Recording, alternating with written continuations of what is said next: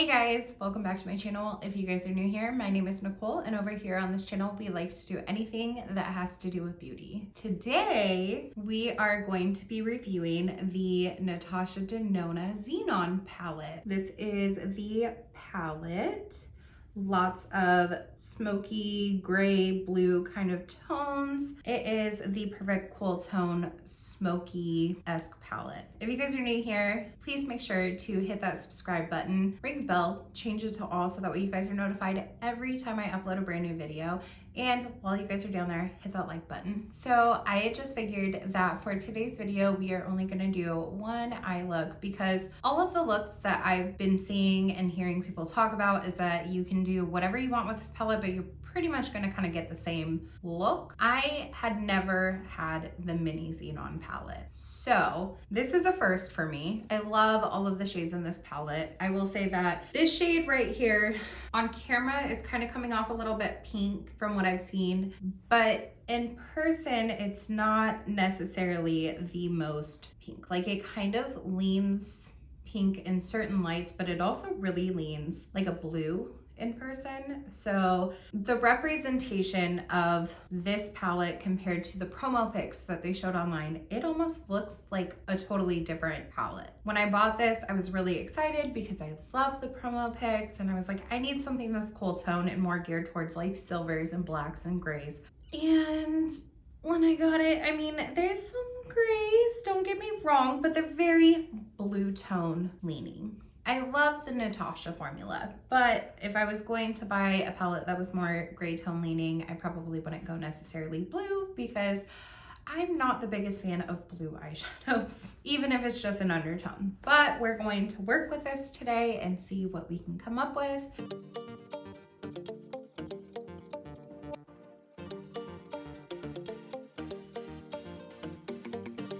So I've already gotten my eyelids primed. I got my full face on, and we're gonna see together how much damage I create to my base because I rolled the dice again and decided to take the gamble and do my base before I did my eyeshadow. We're just gonna go with a simple smoky kind of look. I think I'm gonna go in with the shade Snert, and we're gonna throw that through the crease. So as soon as I seen the promo pics for this, I knew I needed it into my collection ASAP because sometimes I really like doing smoky eye looks. I don't really have palettes to create those kind of things with, so I figured that this would be perfect. And you know, I do have a little bit of creasing from where my eye primer had sat, and it doesn't really want to stick to that. So I'm gonna have like a bald spot right there. So that's fun. But I'm going to blame that one on my eye primer rather than this palette. And then I'm just gonna run a little bit on the lash line. And I'm gonna go into the shade, I guess, Blizzard. And we're just gonna run that along the edges. Hopefully this isn't too pigmented. It looks like a nice little like white blue shade. So I'm just gonna work with a light hand and just slowly run that along the edges. And then if need be, I can go back into the shade Snert and throw a little bit more throughout the crease. But I did get a little wild with it. This is not the way that I was expecting it to go. I'm not happy with the way that it's sitting down on my eyeshadow primer, which I have used this eyeshadow primer about like 4 or 5 different times now, and I haven't had any issues with it. So this is really strange. Okay, I'm gonna go on with the shade Flurry, and we're gonna give that one more of a chance than the Blizzard and see where that gets us. Okay, nope. It just, now this wants to stick to that bald patch. All right, so we're gonna hit the struggle bus today. We're gonna go in with the shade Sposh, which is supposed to be more of like a matte black. And we're just gonna lightly tap. This feels more like a cream to powder formula. So I'm gonna work very slowly with it. Okay, so then I'm gonna take this and just kind of throw it into the crease ever so slightly and bring in a little bit more depth, but also like blend into the outer crease. Then I'm gonna grab that first brush that I used, and I'm not gonna use anything else on the brush. I'm just gonna use the excess that I already have just to kind of blend. So as light as that is and smoky, I think that's kind of what we're aiming to go for. And we're gonna go in with the shade Cygnus, and it's like almost like a gunmetal kind of gray with like hints of blue. I'm not gonna pick up any glitter glue. I'm just gonna tap this into place.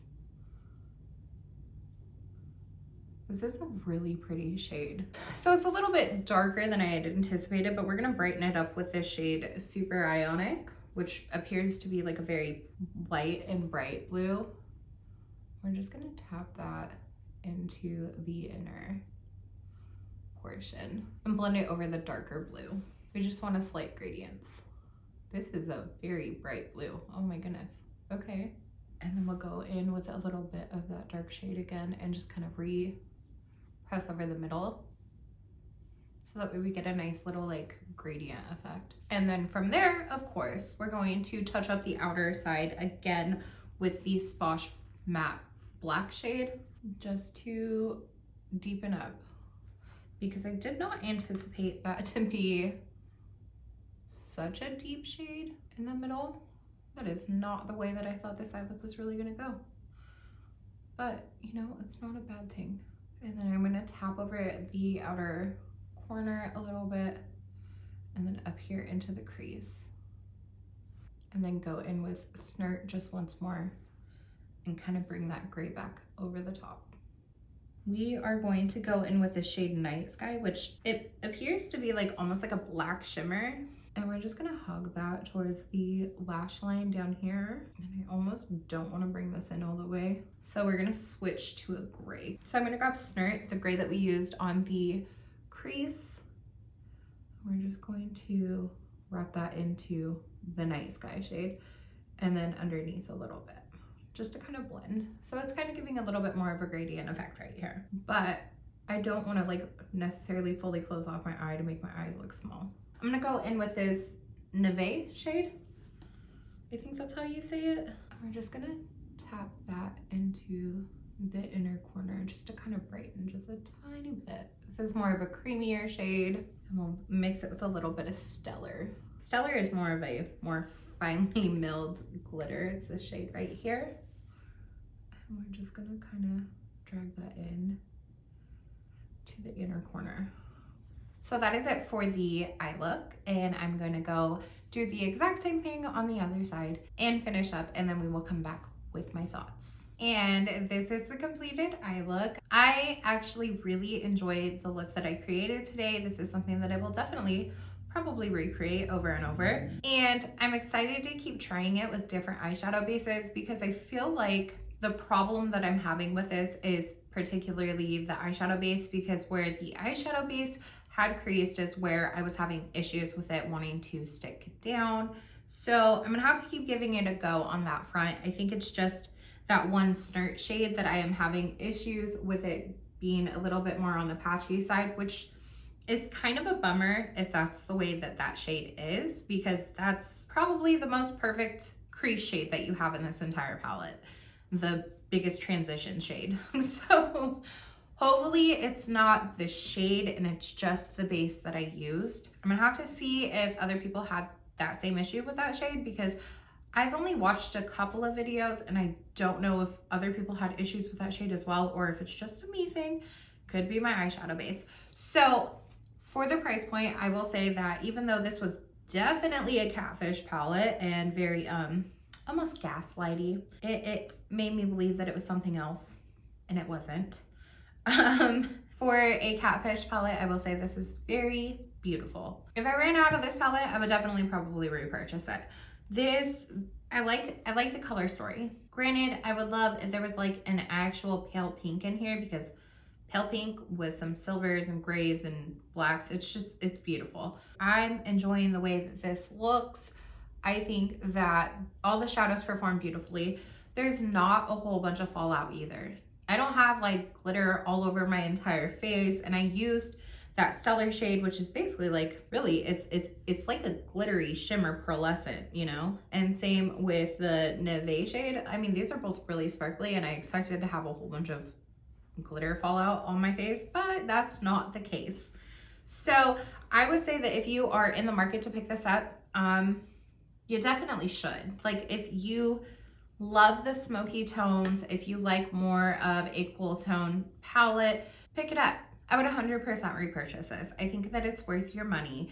It's a great formula. It's a great color story. Granted, there's room to improve. If you just want a smaller, cheaper alternative, pick up the mini Xenon palette. Same color story. You aren't spending the huge price point to get basically the same thing. I like this one. I'm gonna keep playing with it, and that's it. That's literally my entire thoughts.